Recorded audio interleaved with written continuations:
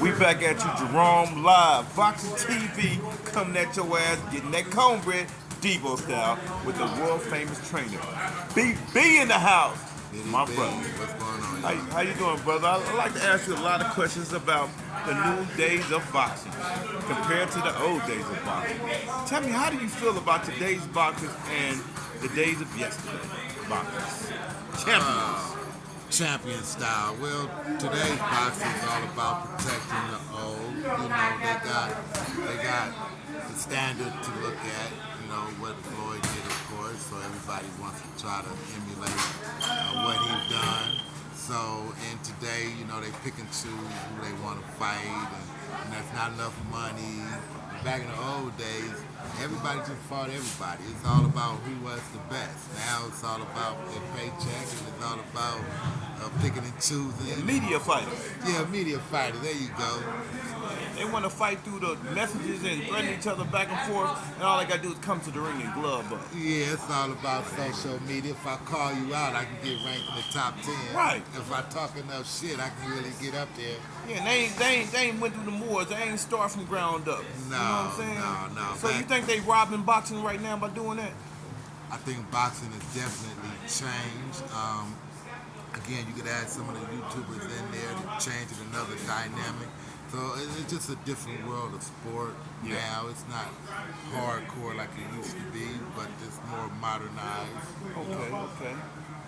Well, you know what? That's a question that's been bothering me about the accusations about Devin Haney and Ryan, and when he got caught with the drugs, in the system, and Devin Haney and them supposed to be suing him now. And I don't know if that's a rumor right now, but I know if that was my son, I would do the same thing. You know what I'm saying? Because that could have took his life in it.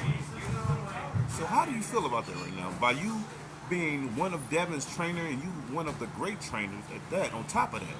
I've been knowing you for some years. And matter of fact, tell me about the trainers and the people that you've trained, the athletes, the champions, and your goals on the top of that. Okay, I've been in the game about a good 17 years or so. I worked with the Hunters, Michael Key, with Zab for a number of years, like 6 years. Of course, I trained Devin now. I got a fight with Maurice Lee coming up.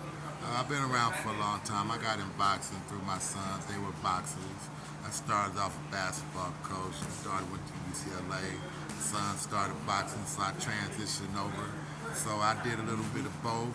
And I feel like as far as Devin and that situation, I think Devin is a great guy. I think he's a better guy than what people know of him. People see him through the media and see him through some of the antics that they use to generate publicity. But as a person, he's a beautiful young man. I think he was raised well, and they did stuff that was out of the box, and through that out of the box thinking, it led them to be on top. When I say out of the box, with social media, they built their profile up through social media, went down to Mexico, got their record in such a way for them to be noticed, and they made all the correct decisions. I think they're pioneers to the sport. I think if you got a young fighter that's coming up, and you got a dad or a guardian that's coming up with that fighter, they're great people to try to emulate and see if they can be on the stage where they got themselves into. See, the world needs more role models like yourself. Ain't too many of us left. I'm so proud of you. God is so good, champ. For And sure. how do you feel about Devin?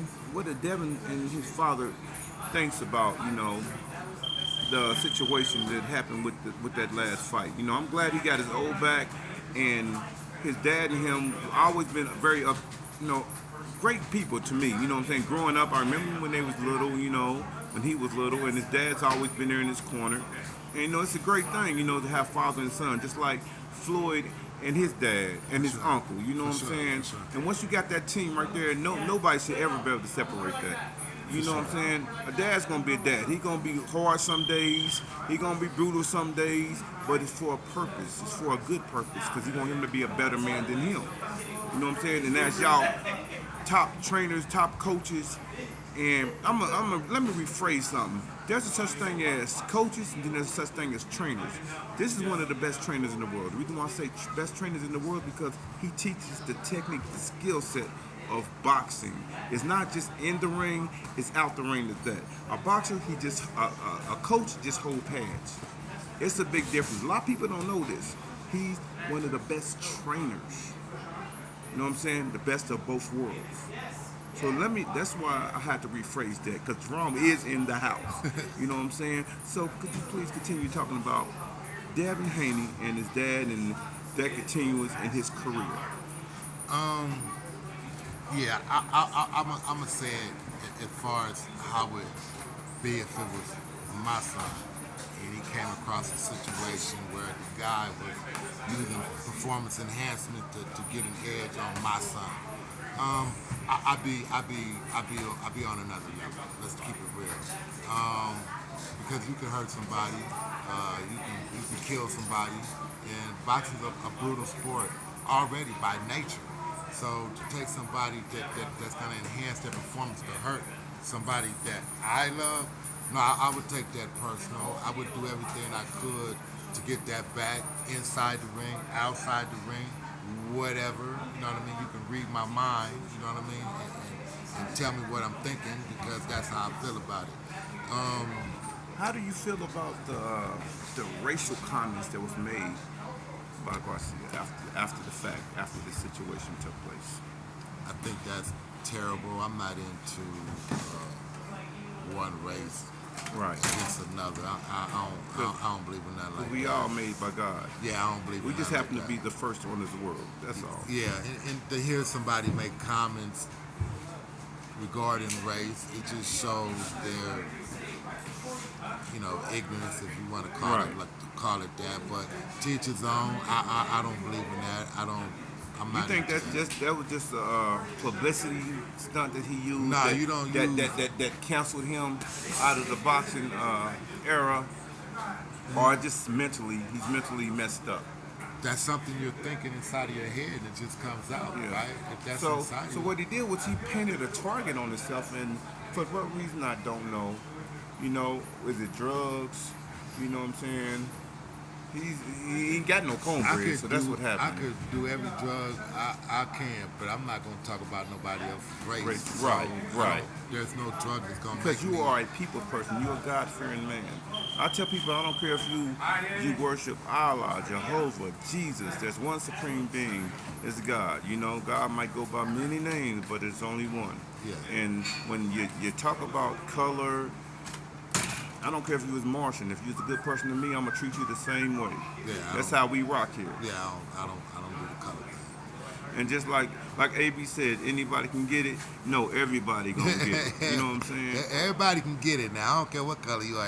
Everybody can get it. You know what I'm saying? You can come from Mars and you glove up his own and pop in that boxing ring. It's going down for sure. How do you feel about the heavyweight division? The heavyweight division, well, if you want to look at it from us, when I say us, that's Americans, we're a little bit behind the eight ball as far as the heavyweight division. And because we are a little bit behind the ball, we don't have nobody to look up to drive. You can't watch and see on TV and sell boxing to us like heavyweights have done in the past. So, the heavyweight is lacking as far as America, but you go across the waters and they got plenty of heavyweights that's on the top scene. So we need our American trainers and we need our American heavyweight fighters to step up. And like you were saying about training, it's all about knowing the ring, understanding the ring. Listen, let me give you a little advice. There's 200 situations a round that's going on in the ring when they fight. Bang! You got about 200 situations to go on each round. You got to practice all 200 situations, not just hold pads. You got to practice each situation that he's going to face in that ring. So when the fight comes, everything is automatic, everything is natural. You have a future champion. Remember that. You heard it from me. BDB, yeah. BDB at your ass, and we taking that comb at Jerome in the house. Watch your mouth.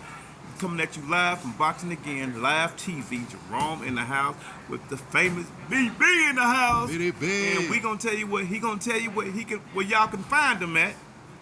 We taking it from down south to the Midwest to the East Coast to the West Coast. It's popping, baby. Yeah, you can find me at Big D Boxing on Instagram. I got a YouTube channel, Big D's Boxing. I also got a book out. Okay, it's called Breakdown of Boxing, and what it is, I break down the sport. What's inside the bag? How you choose a trainer? What gym to go to? When should you start sparring? How to become a champion? How long should you run? Why are there bad decisions? Are the referees corrupt? Everything in boxing is broken down into my book. So y'all go get that. It's on Amazon. It's called Breakdown of Boxing. Okay, BDB, Big D Boxing. My name is Daryl. And y'all go check that out. If you want to know exactly what's going on in boxing, if you want to become a champion one day, if you starting off for the first time, that book covers it all. Go check it out. Yes, we at you again. We at you again. Me and my homie BB in the house. BDB. Jerome in the house. BDB. We out. We out.